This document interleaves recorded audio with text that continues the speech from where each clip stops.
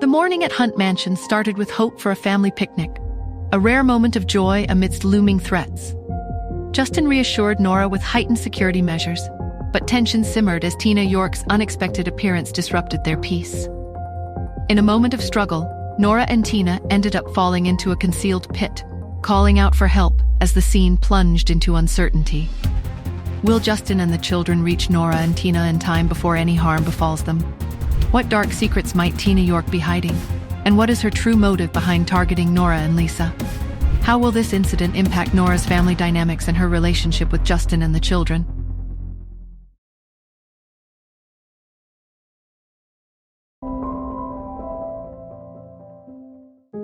The sickening lurch, the rush of air, and then a jarring impact. Dust and loose earth rained down around us. We landed in a heap, the air knocked from my lungs. Tina lay beside me groaning, her face pale with shock and pain.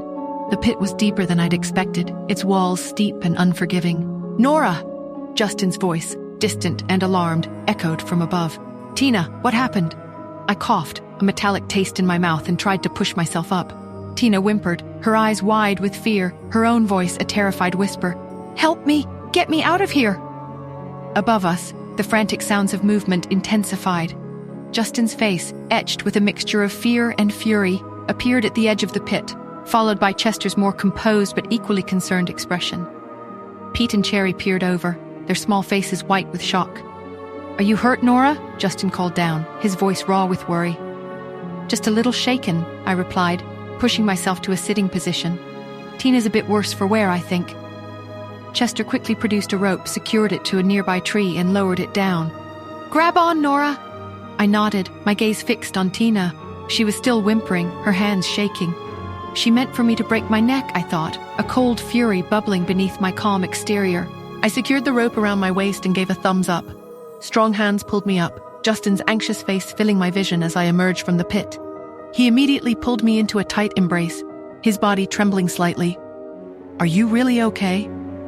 "I'm fine, Justin," I said, my voice muffled against his shoulder. He released me, his eyes blazing as he looked down at Tina still trapped below. "Get her out of there, Chester," Justin commanded, his voice tight with barely suppressed rage.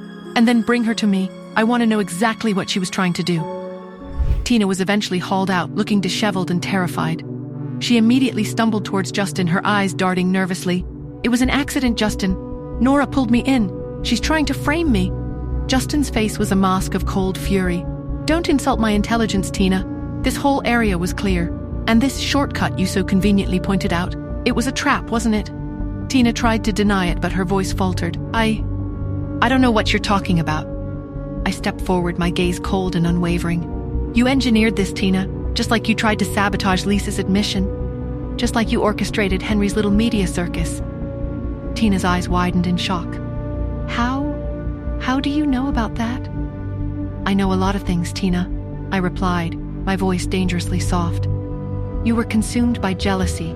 You blamed me for your dismissal, for Lisa's success, for every perceived slight, but your desperation has made you sloppy." Justin's jaw tightened. "So this was about revenge for your career? You actually tried to harm Nora and potentially the children for that?" His voice was a low growl. "You're pathetic." I just wanted to teach her a lesson," Tina stammered, her voice shrill with desperation. "She ruined my life." "You ruined your own life, Tina," Justin stated flatly. He turned to Chester. "Have her removed from the premises immediately and ensure she never sets foot on any property associated with the Hunts or Andersons again. Inform the police of her deliberate attempt to cause harm. Her license should be permanently revoked for endangering public safety." Tina shrieked, protesting wildly, but Chester's security team moved swiftly. She was escorted away, her cries of outrage fading into the distance. Justin turned back to me, his shoulders slumping slightly with exhaustion. He pulled me into another hug, a gentler one this time. "I'm so sorry, Nora. I should have taken your concerns more seriously. This won't happen again." I leaned into his embrace, a sense of weary relief washing over me. "It's all right, Justin. We'll handle it." Pete and Cherry, who had been watching the entire exchange with wide eyes, now ran forward. "Mommy, Daddy, are you okay?" I knelt down, pulling them into a tight hug. "We're fine, sweethearts. Everything's fine now." Justin joined us, his arms wrapping around all three of us. The picnic was ruined, the perfect afternoon shattered, but the family was safe. The immediate threat from Tina York was resolved. Her venomous jealousy had been exposed, and she would face the consequences. But as I looked out at the peaceful park, I knew this was just one battle.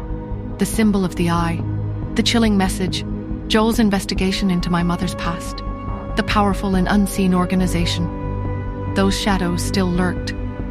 This incident, however, had solidified something else. Justin's fierce protectiveness, his unwavering support for me and my children. And now, more than ever, I needed to know who was really behind all of this. Was Tina alone or working with someone else? And how far would they go now that I was getting closer to the truth? Hi, Nora here. If you are wondering what happens next, then download the Pocket FM app and listen to the exciting episodes of Saving Nora Now with the link in the description.